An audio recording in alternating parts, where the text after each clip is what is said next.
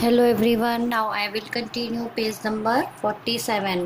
रौनक बहुत देर तक परी का इंतज़ार करता रहा। ठीक है, परंतु परी नहीं आई।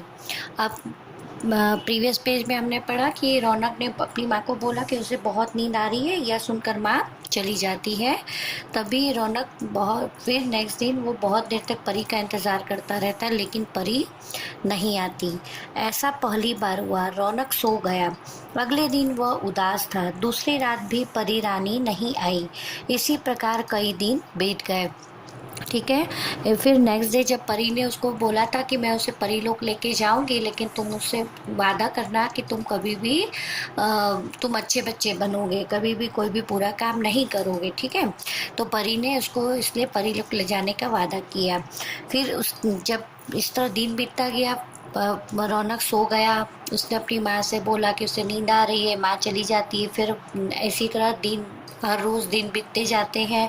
रौनक एक दिन रात को इंतज़ार करता है, परी नहीं आती। फिर वापस अगले दिन इंतज़ार करता है, फिर भी परी नहीं आती। और इस तरह धीरे धीरे धीरे धीरे दिन बीतते चले जाते हैं और परी रानी बहुत दिनों तक, कई दिनों तक नहीं आती है और रौनक उदास हो जाता है। एक रात रौनक बहुत उदास था। वह मन ही मन सोचने लगा, परी रानी कहीं मुझसे नाराज़ तो नहीं। एक दिन वो बहुत उदास था तो मन में सोचने लगा कि परी रानी मुझसे मिलने क्यों नहीं आ रही, कहीं वो मुझसे नाराज़ तो नहीं हो गई, मुझसे कोई गलती तो नहीं हुई। फिर वो सोचता है मुझसे कोई गलती तो नहीं हो गई। तभी उसे ध्यान आया कि उस दिन उसने माँ से झूठ बोला था। यह सोचते ही वह बिस्तर से उठा और माँ के कमरे में गया। ओके, तो फिर क्या हुआ, जब उसको अपनी गलती का एहसास होता है कि हाँ मैंने माँ से झूठ बोला था। उस दिन उसने माँ से बोला कि मुझे बहुत नींद आ रही है, तो इस तरह, और मैंने कविता भी याद कर ली है। इस तरह उसने झूठ बोला। तो यह जैसे ही उसे पता चलता है कि उसने झूठ बोला है, यह सोचकर वो बिस्तर से उठता और माँ के कमरे में जाता है। वहाँ जाकर रौनक बोला, माँ मुझसे एक गलती हो गई है। माँ ने पूछा, क्या बात है बेटा, बताओ। वो बोलता है कि माँ मुझसे एक गलती हो गई है। तो माँ ने पूछा कि क्या बात है, मुझे बताओ।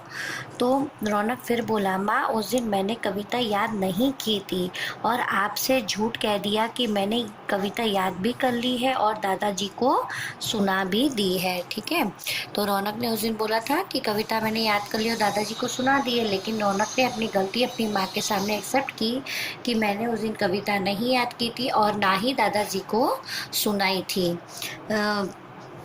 ना ही दादाजी को सुनाई थी, इसलिए मुझे क्षमा कर दीजिए। आगे से मैं कभी झूठ नहीं बोलूँगा। वो माँ को बोलता है कि मुझे आप माफ़ कर दो, मैं कभी भी आगे से झूठ नहीं बोलूँगा। रौनक की बात सुनकर माँ बहुत खुश हो गई और बोली, बेटा तुमने अपनी गलती मान ली, इसलिए मैंने तुम्हें माफ़ कर दिया है।